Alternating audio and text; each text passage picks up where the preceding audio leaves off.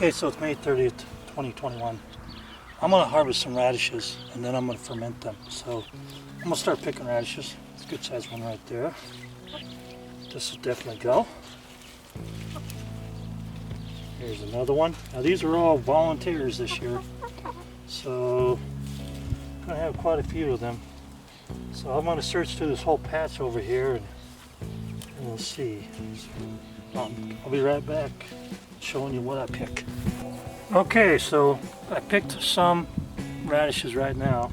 I didn't plant these this year. They just grew up from, they reseeded themselves because some of the seeds didn't get picked up from my harvesting.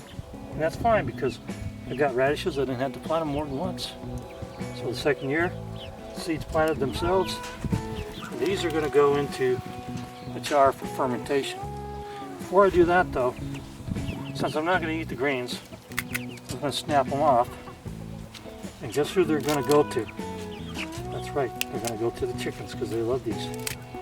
So while I'm doing this, we'll feed these greens to the chickens. And I figure, you know, can't take long to snap them off just like that. Now you could eat these if you want to, blanch them or whatever, put them in the salad. They're still not too big to eat, but I'll give it to the birds.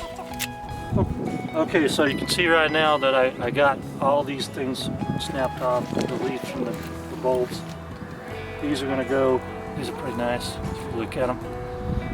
Pretty good size, and they're filled solid. You can feel with your finger whether they're going to be hollow or grainy or no good. Feel how solid they are. That's when you know that they're going to be good. And I'm going to feed these to the chickens over here.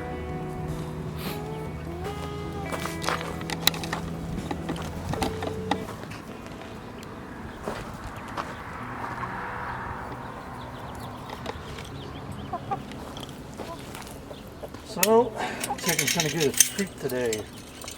Going to get a treat today. Here you go. Ready? I'm going to save some of these for the little chickens. And this is going to be for the big chickens. I'll distract them by throwing it's over there. You can see the little ones know. They know what these are because they've had it before. No, we're not escaping yet. You will get pecked on. Isn't that funny? We got free food for the chickens. Free food for the chickens. I'm going to get free food because I didn't have to plant it this year. And that's a nice way to do it. So there's the baby chickens going after it right now. They're about 6, 7 weeks old, something like that. Got them in about the middle of April. So they're enjoying their radish greens. The bigger chickens are enjoying theirs too, as you can see. Everybody's in on the party. We're going to make our fermented radishes, and I put some bits of red cabbage in there to go with it because I like it. So let's get started. First of all, slicing the radishes is a lot easier with one of these devices that you can use to cut oranges with, apples and stuff like that. Slices it, leaves you a middle, and you can just chop the middle part up real fast. It's a big enough radish, so saves you a lot of time. It'll save you a lot of slicing. Just to note that. So I got my good old jar here. You know, this is the big one. I guess it's what, a half gallon. Make sure you wash it out and everything. It's a ball. And before I get started on this right here, what we're going to do with the radish and red cabbage mix is we're gonna be bad. So I'm gonna sprinkle with a little of Tony Saturate's Creole seasoning. You know I gotta do that. You know I love everything with that in it. It's gonna give it that little spice, right? There we go. Yeah, smells spicy to me a little bit. As it gets a lot more rampant, it'll get worse. And then I'm gonna put a little garlic powder in there. So there we go. There we go. Just a little bit. I'm out of fresh garlic today, so you know how it goes. Use what you got. realistically, if you only have things, then you're going to use them. And we're going to put a little red pepper in there, just for the fun of it. Yeah, we need a little heat. Yep. Okay. So when you're fermenting vegetables, one of the things you need to remember is you want to try to avoid a lot of vinegar. Some people say, put vinegar in it, put vinegar in it. Yuck. What do you think you're fermenting for? And one more thing, people. FYI, I forgot to add a tablespoon or 2 tablespoons of sugar into it that I wanted to use to make it sweet and spicy. And so I added that in after the fact, and I had to shake the jar again and put it on the shelf. Just so you know, that's what I did. And then, so the rule is, you want 1 tablespoon of kosher salt or sea salt. This happens to be kosher salt. 1 tablespoon per 2 cups of distilled water. Do not use tap water. Make sure there's no chlorine in it at all. Otherwise, your fermentation process will fail miserably. Okay? So, you'll notice I had the jar underneath this big bowl, right? You know why I did that? So when I go to put this in there, if I miss anything, it'll hit right into the bowl. That way, it doesn't hit the counter. I know what I'm doing. So you see it got a piece right here and there. I can just pick that up and swoop that into the jar right after I get done scooping this all in. So you'll notice that the radishes are cut either like this for slice you would use for the apple slicer, or they're sliced like this, 1/8 inch thick or a little bit smaller for fermenting. You don't want to, there's a reason why you cut stuff up to ferment it, because you want to make sure you get the maximum amount of fermentation from it, so you don't have some soft yucky part in the middle of your vegetable. And like, I'm making these for a little spicy thing to add on to my green salads when my romaine lettuce and butter crunch and all those other gourmet salads start to kick in out in the field.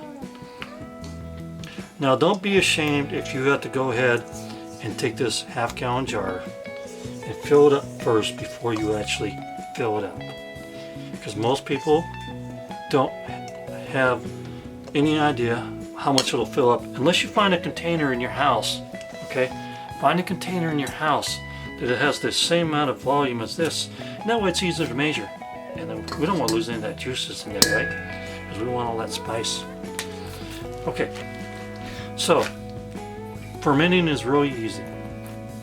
We simply want to mix 1 cup of distilled or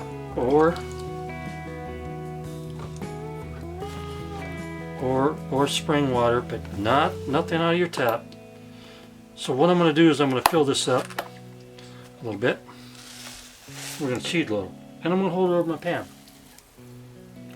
So there's 1 tablespoon of salt, and I'm going to add that into 1 cup of water, and I'll just fill the jar up. And basically, I'll do 1 more cup of water, and I'll fill it in there.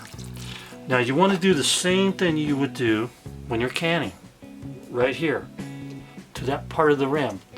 Now you know what I mean, just before you get to the rings where you screw on the lid, just right below it, where you would normally can. If you don't know how to can, I suggest you start learning, because the food you're going to get out of the store is going to be very expensive in the very near future.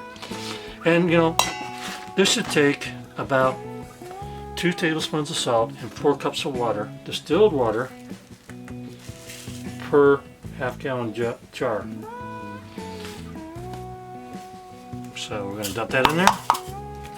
I'm going to add in the last cup of water. Yeah, it almost comes up to the top. You can add a little more water. Okay, so I've got it just where I want it, right here. I got it right below the rim. Now, you're going to ask me, well, how are you going to get all that stuff mixed up? Well, I'm going to put the lid on a little bit tight this time. And I'm just going to toss and turn it, toss and turn it, toss and turn it, until I mix it up all real good. Okay. Now I'm going to unscrew the lid. I'm going to make sure I get all this stuff down in the water. Again, push it down. Okay, here's what you need to do. When you're fermenting, what you want to do is you want to put the lid on and barely turn it. And when you feel it stop, do not tighten it anymore. I don't mean to go ahead and go like that and make it tight. I mean when you put the lid on, well, the minute you feel resistance, it stops right there. That's when you stop. The minute it starts to catch with the jar. Now what you're going to do is you're going to put this into a dark shelf for about 7 to 14 to 21 days, as long as you want to ferment it. Now as long as you want to ferment it is up to you. 7 days, 10 days is acceptable for fermentation. So that's why you don't want to tighten this jar up, because you know what, you're going to check it every day or every 2 days. And if you're just starting out, I suggest you check your product every day in the shelf, because you're going to find that that lid's going to be pretty tight and you're going to need to loosen up just a little to let some gas out. And then just do the same little tightening that you did before when it starts to catch. That's where you leave it at. You're going to want to do that for every day or every 2 days, depending on how long you're going to ferment. And then once you get done with your fermentation process, you can open this jar up and you can test it and taste it and see if that's where you want it. That's where the crispness is, where you want the crisp of the vegetables in the fermentation of it, or you may want it more. It's basically the same process for sauerkraut. That's all this is. And as I said, just turn it until you feel resistance. That's when you stop. Then you put it in a dark counter, usually a nice cool dark counter somewhere in your kitchen or your pantry. And you're going to check it every 1 to 2 days. And you're going to check for pressure, and you're going to release the pressure and then just slightly tighten it back up. And folks, that's all there is to fermentation. And you can make your concoction any way you want to. You don't have to put this stuff in there. You can put anything you want. People put dill in this. They'll put garlic and dill and whatever they like to make. So experiment and have fun.